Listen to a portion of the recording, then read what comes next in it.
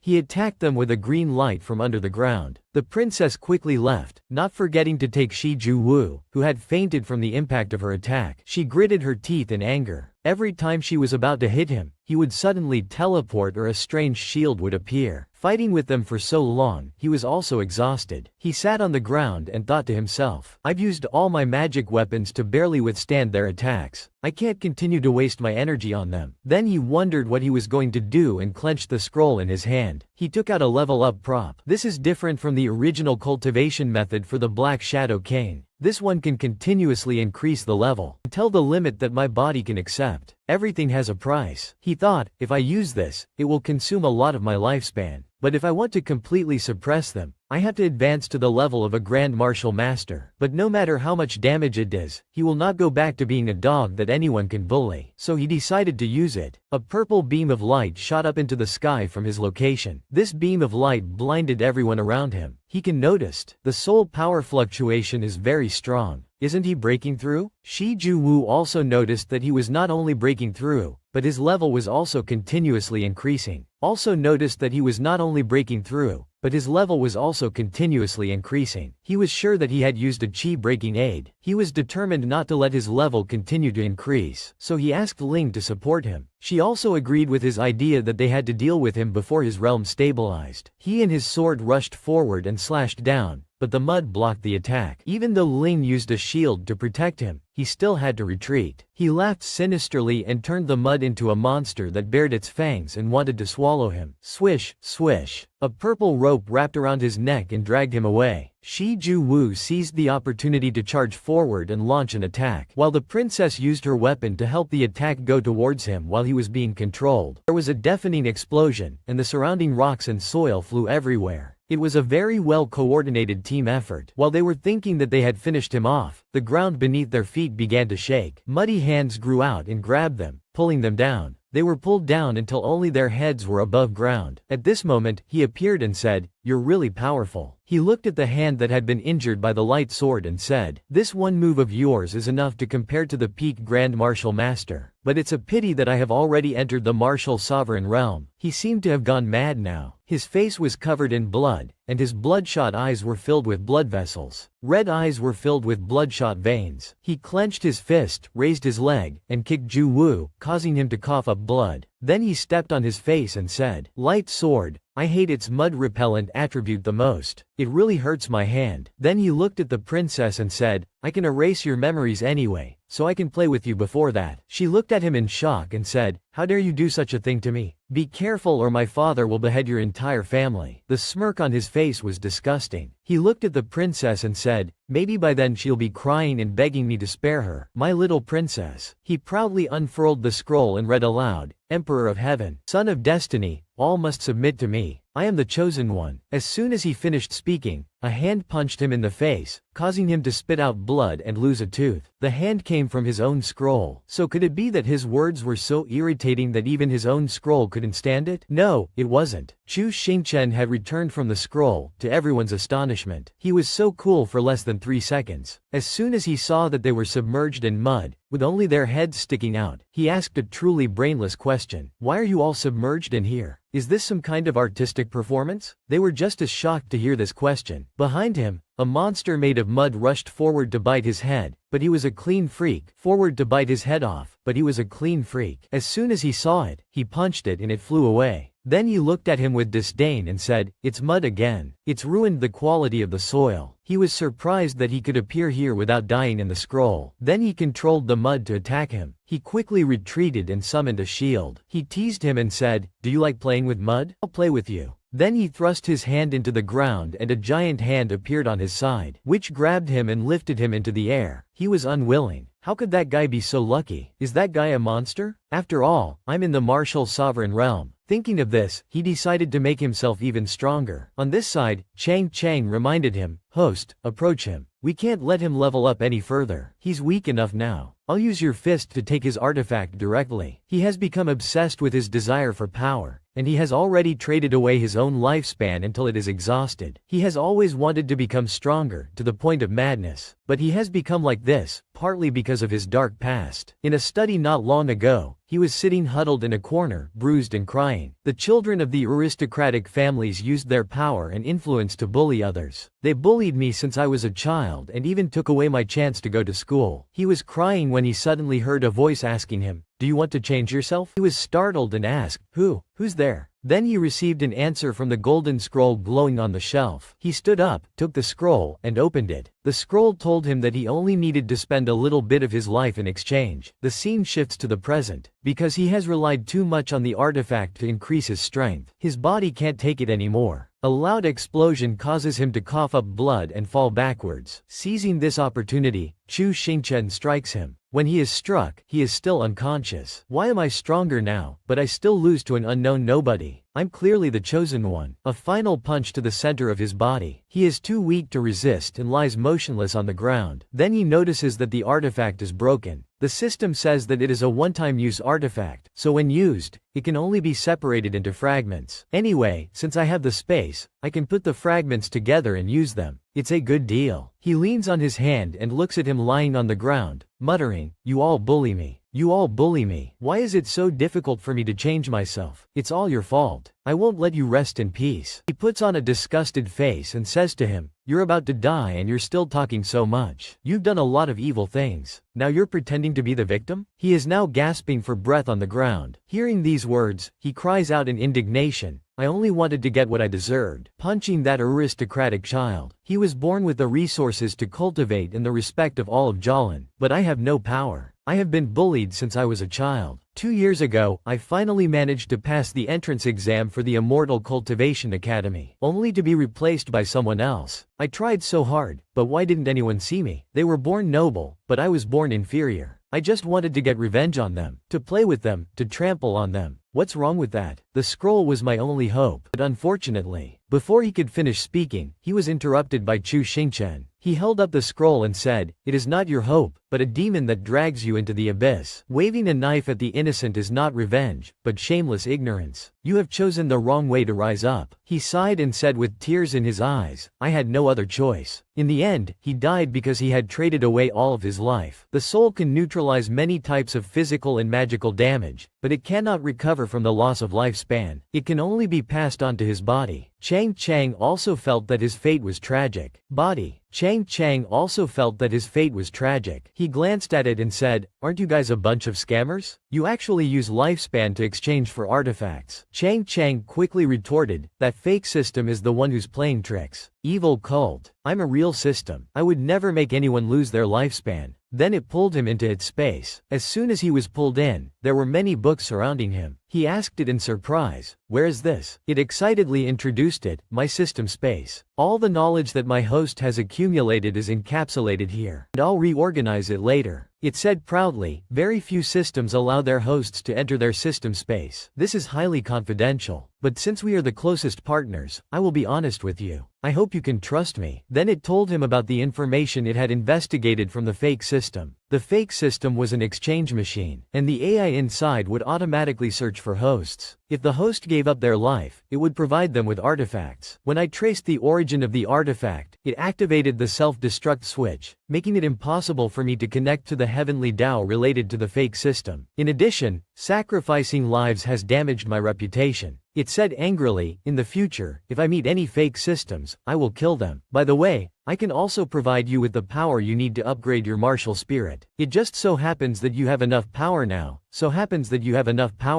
Upgrade. Congratulations, your martial spirit has been upgraded to the Earth level." He looked disappointed and asked, "Is that all?" He started to exaggerate, "You change. You're too casual. In the past, didn't every upgrade come with a thunderous effect?" It put its hands on its hips and explained, "At that time, we had just met. I wanted to build an image of a professional, cool, and cold system. Now you know what I'm like, so what else do you need?" He frowned and looked at the system unhappily. Then it talked about the artifacts. Although it still couldn't create high-level artifacts, it could use the fragments to piece them together. It said with a bit of sadness, "Without the help of the heavenly Tao, it can only rely on its own strength to create high-level artifacts. This requires a large amount of knowledge and energy, so it has to read all the books here." Hearing this, he was a little shocked because there were really a lot of books here. If a person were to read them all, it would be unknown how long it would take, and he exclaimed that it was too reckless. But who was it? It was Chang, so of course it was tenacious. It admitted that it was indeed very useless right now, but it would make up for it with hard work and effort, so as not to lose to that fake system. Chang Chang was really determined. It said, "You must become the strongest man in the world, and I will become the strongest system in the world. Let's work hard together." The greater the hope, the greater the disappointment. It saw him looking seriously as if he was looking for a book, and when he asked, it was really speechless. "Do you have a book on pig farming?" In less than a second, he was thrown out of its space. As soon as he was pushed out, someone called out, "Guide." It turned out to be Ai Nong's voice. And he asked cheerfully, "How is everyone? Have they all calmed down?" He said in a panic, "They've calmed down, but the riot has destroyed more than half of the vegetable fields." The smile on his face vanished. The scene shifted to the devastated vegetable garden, and he stood in front of the vegetable garden, looking at his painstaking efforts for a long time. The group of shadow demons behind him, covered in blood, felt guilty, and one of them cried and apologized to him. "I'm sorry, guide. We were all crazy at the time, and after we sobered up, we realized that everything had been destroyed.